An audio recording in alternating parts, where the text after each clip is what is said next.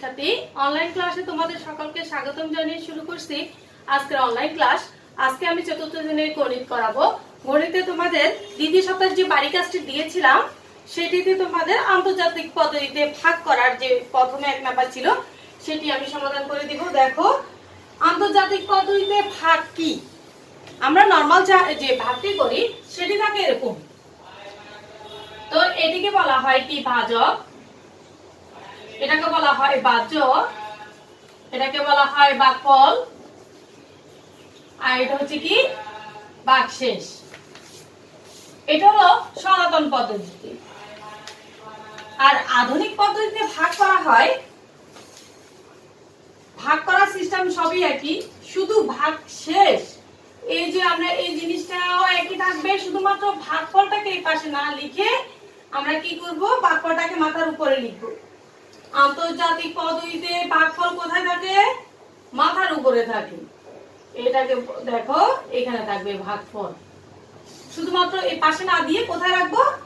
আর কোনো ঝামেলা নেই, একই রকম। আমরা এখানে এই পাশে লিখেছি, আর আন্তর্জাতিক পদ্ধতিতে কোথায় লিখেছি? উপরে লিখেছি। অর্থাৎ উত্তরটি আমরা কোথায় লিখবো? উপরে। এই জন্য বলা হয় আন্তর্জাতিক পদ্ধতিতে ভাগফল কোথায় থাকে। এটি প্রশ্নটা আসে 1 নম্বরে। আন্তর্জাতিক পদ্ধতিতে ভাগফল কোথায় থাকে? উপরে থাকে। এটা হলো সনাতন পদ্ধতি, আমরা যে পদ্ধতিটা করে থাকি। শুধুমাত্র ভাগফলটি কোথায় থাকবে? উপরে থাকবে, আর সবকিছু একই রকম। এখন আসো, বাহ্য কি ভাজক কি এগুলো তো আমাদেরকে জানতে হবে। ভাগফল আমরা সবাই জানি, ভাগ করে যে উত্তর পাওয়া যায় সেটি হচ্ছে ভাগফল। ভাগ করার পরে বাকি শেষে যেটি থেকে যায়, অবশিষ্ট যেটি থাকে সেটি হচ্ছে ভাগশেষ। আমরা প্রবলেমে করি এই দুইটি নিয়ে, ভাজক কোনটি ভাজ্য কোনটি।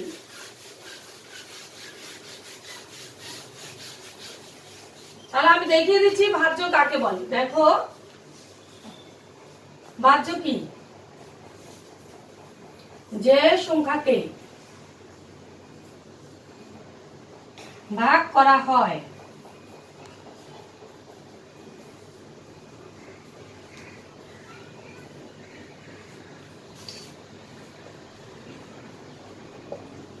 দেখো, তাহলে যে সংখ্যাকে ভাগ করা হয় তাকে কি বলে?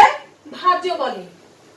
আবার লক্ষ্য করো, যে সংখ্যাকে, তাহলে এখানে কাকে ভাগ করি? আমি কাকে ভাগ করি? 4 কে। যে সংখ্যাকে ভাগ করা হয় তাকে ভাজ্য বলে। তাহলে আমরা কাকে ভাগ করলাম এই ক্ষেত্রে? 4 কে। অর্থাৎ মধ্যখানে যেটি থাকে সেটি, এটি তাহলে কি? ভাজ্য। এরপরে আসো ভাজক।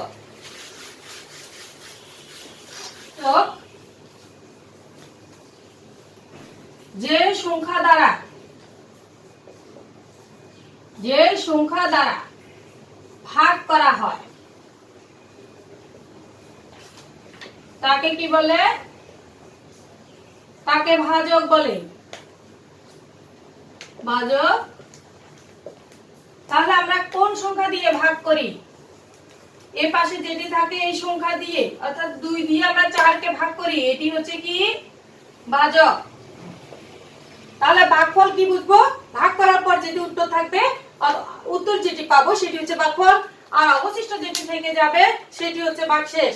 যেমন দেখো, 2 কে আমরা এভাবে যদি ভাগ করি, 2 এর নামটা পড়বো। কতবার পড়লে এই সংখ্যাটির সমান বা ছোট সংখ্যা হয়? বেশি নেওয়া যাবে না।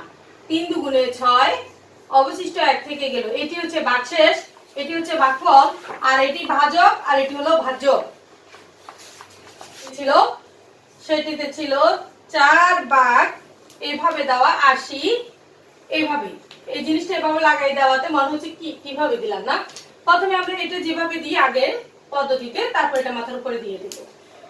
ভাগ করার ক্ষেত্রে আমাদেরকে প্রথমে লক্ষ্য করতে হবে এখানে যে সংখ্যাটি থাকবে, অর্থাৎ ভাজকে যে সংখ্যাটি থাকবে সেই সংখ্যাটির নামটা পড়তে হবে।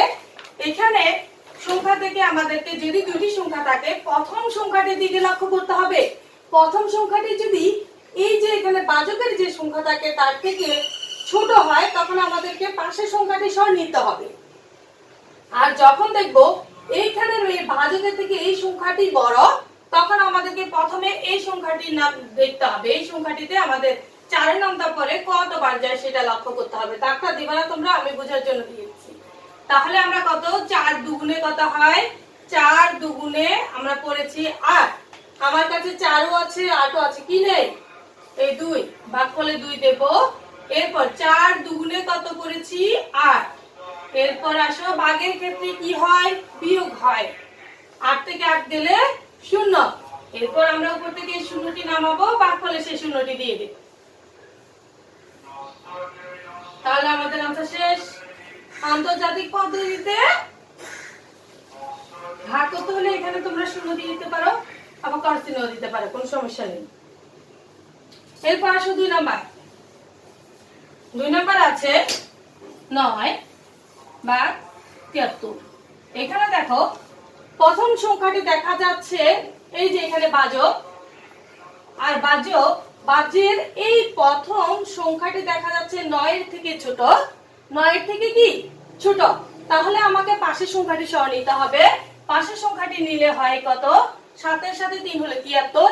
এখন আমাদের 9 এর নামটা পড়ে দেখতে হবে এই সংখ্যাটির কাছাকাছি সংখ্যা বা তার ছোট সংখ্যা কত হয়। তো 9 নং হয় 81, তাহলে হবে না। 8 নং কত? 72। এই যে 8 নং কত আমরা নামটাই পড়েছি গুণ। এই যে গুণ এবং ভাগ করার ক্ষেত্রে অবশ্যই নামটা জানতে হবে। নামটা যদি না পারো তাহলে অঙ্ক পারবা না। এই যে 8 নং কত? 72। আমাদের কাছে 9 আছে, এই যে এই জায়গাটায় আমাদের আছে 73। এর বেশি যদি নিই আমরা 9 নং 81 হয়, তাহলে আমরা সেটা নিতে পারবো না। কত পর্যন্ত নিব? 8। 8 নং 72। তাহলে আমরা এখানে এই যে 8টা ভাগফলে দেব। এরপরে কি করব? এই যে এই জায়গায় 72 লিখবো। সমান হতে হবে, যেন এলোমেলো না হয়, একটা এই জায়গায় একটা ওই জায়গায় হবে না। তাহলে আমরা 8 নং 72 ভাগের ক্ষেত্রে কি হবে? উপরের থেকে নিচের সংখ্যা বিয়োগ হয়। 3 এর থেকে 2 গেলে 1, আর 7 থেকে 7 গেলে 0। আমরা এই ক্ষেত্রে ভাগফল কত পেয়েছি? ভাগফল পেয়েছি 8। ভাগশেষ উত্তর লিখতে হবে এইভাবে, ভাগফল 8 ও ভাগশেষ 1। আর এই ক্ষেত্রে উত্তর ছিল কত?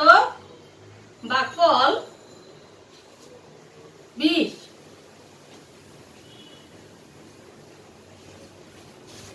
ঠিক আছে শিক্ষার্থীরা, তোমরা আশা করি বুঝছো। পরের অঙ্কটি যেটি আমি আরেকটি দেখিয়ে দিব, এর পরের গুলো তোমরা ওই নিয়মে করে ফেলবা। আমি পরে 2 নাম্বারটি বুঝিয়ে দেব। এরপর আসো 3 নাম্বার। 3 নাম্বারে আছে 3টি সংখ্যা, আর আমি একটি একটি করে আলাদা প্রথমে দেখিয়ে দিয়েছি। প্রথম সংখ্যাটি কি হলে যদি বড় থাকে, এরপরে 2 নাম্বারটাতে দেখিয়েছি প্রথম সংখ্যাটি ছোট হলে। এরপরে 3 নাম্বারে দেখাচ্ছি 3টি সংখ্যা থাকলে আমরা কিভাবে করব। কোথায়? বাজের মধ্যে যদি 3টি সংখ্যা থাকে, বাজক আছে আমাদের কত? 7। প্রথম সংখ্যাটি দেখা যাচ্ছে 7 এর থেকে বড়, তাহলে আমরা পাশের সংখ্যাটি নিব না, একটি সংখ্যার মধ্যে দেখব। তাহলে 7 এর কে কত হয়? 7। এরপর বিয়োগ করব, 8 থেকে 7 গেলে 1।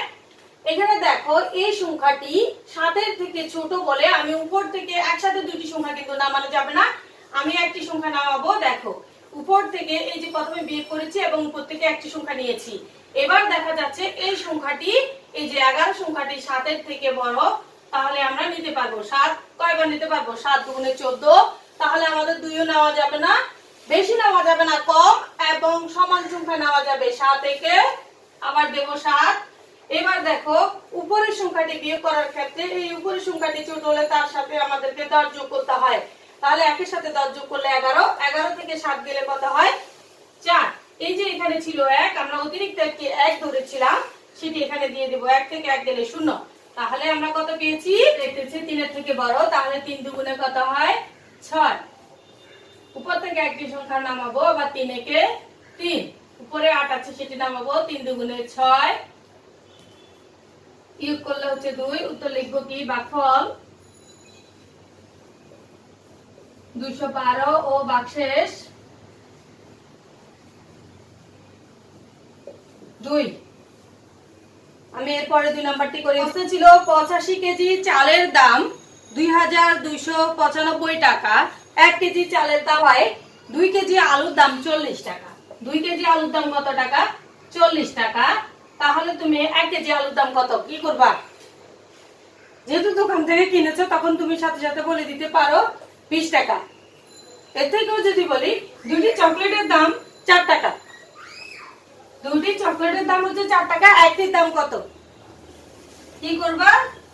2 বলতে পারবা। আসলে এটি আমরা কি করে করেছি? ভাগ করে করেছি। প্রশ্নে যদি বেশিটির মূল্য দেওয়া থাকে, একটির মূল্য বের করতে বলে, কোন প্রশ্নে একটির মূল্য বের করতে বললে বেশিটির মূল্য দেওয়া থাকলে আমাদেরকে কি করতে হবে? ভাগ করতে হবে। মনে রাখতে হবে এটি। যদি কম একটির মূল্য দেওয়া আছে, বেশিটির মূল্য বের করতে হয় আমাদেরকে গুণ করতে হবে। তাহলে আমরা লিখবো কি? প্রশ্নে যেটা আছে 85 কেজি চালের দাম, 85 কেজি চালের দাম দেওয়া আছে 2295 টাকা। সুতরাং 1 কেজি চালের দাম, এখানে পুরাটা আবার লিখতে হবে না, এভাবে কেজি কেজি করে লেখার কোনো দরকার নেই, ডটের দিয়ে দিলাম। তাহলে আমরা কি লিখবো? সমান হতে হবে। এই 85 জায়গায় বরাবর 1 লিখবো, তারপর কেজি এখানে ডট ডট দিয়ে লিখে দিব। এরপর আমরা এটিকে কি করব? ভাগ করব। এভাবে লিখে তোমরা পারবে না, এই জন্য আমি এভাবে দেখিয়ে দিচ্ছি।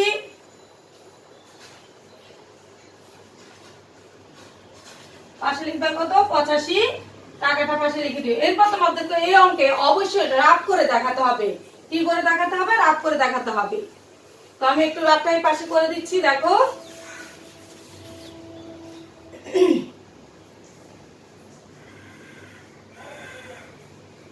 2295 টাকা ছিল আমাদের। তাহলে আমরা প্রথমে দেখব, প্রথম এখানে যেহেতু ভাগফলে এই যে দেখো, এই যে এই সংখ্যাটি ছিল, এটা কি? ভাজক। ভাজকে আছে দুইটি সংখ্যা, তারপর এই ভাজ্যের মধ্যে দেখা যাচ্ছে 4টি সংখ্যা। আমাদেরকে এখান থেকে কমপক্ষে প্রথমে দুইটি সংখ্যা নিয়ে দেখতে হবে এই সংখ্যা থেকে বড় কিনা বা সমান কিনা। দেখা যাচ্ছে দুইটি সংখ্যা এই সংখ্যা থেকে ছোট, আমাদেরকে 3টি সংখ্যা নিতে হবে। এই 3টি সংখ্যা নিলে দেখা যাচ্ছে 229। এখন এই 85 সাথে আমরা প্রথমে 2 গুণ করে দেখব কত আসে। 5 দুগুণে 10, হাতে আছে 1, 8 দুগুণে 16, 1 এ 17। আমরা পেয়েছি 170। এরপরে দেখো 170 এর সাথে এটা যেহেতু দেখা যাচ্ছে অনেকটা কম, আমরা 3 গুণ করে দেখব। 3 5 15, হাতে আছে 1, 3 8 24, বেশি হয়ে যাচ্ছে। 29 আছে, 55 হয়ে যাচ্ছে, নেওয়া যাবে না, আমাদেরকে এটি নিতে হবে 2। তাহলে আমরা নিলাম কত? 170। এরপরে 9 বিয়োগ করে, 9 থেকে 0 গেলে 9 থাকবে। উপরের সংখ্যাটি দেখা যাচ্ছে ছোট, তাহলে 12 ধরতে হবে, অর্থাৎ 10 যোগ করব। 12 থেকে 7 গেলে কত হয়? 5। হাতে আছে এই যে এখানে আমরা ধরেছিলাম 1, এটি এখানে দিয়ে দিব। তাহলে কত? 2 থেকে 2 গেলে 0। আমরা পেয়েছি কত? 59। তা এই সংখ্যাটি দেখা যাচ্ছে এর থেকে ছোট, উপর থেকে আরো একটি সংখ্যা আমাদেরকে নামাতে হবে। তাহলে আমরা এটা কি করব? এই সংখ্যা দেখা যাচ্ছে 595, এই সংখ্যার কাছাকাছি সংখ্যা হয় কিনা আমরা গুণ করে করে দেখব। প্রথমে আমি একটি 7 দিয়ে গুণ করে দেখি। 5 7 35, হাতে আছে 3, তারপর 7 7 7 8 56, 57 58 59। তাহলে আমাদের হয়ে গেছে না? আমরা 7 বার পেয়ে গেছি। তাহলে আমাদের উত্তর হবে কত? 27। 1 কেজি চালের দাম কত?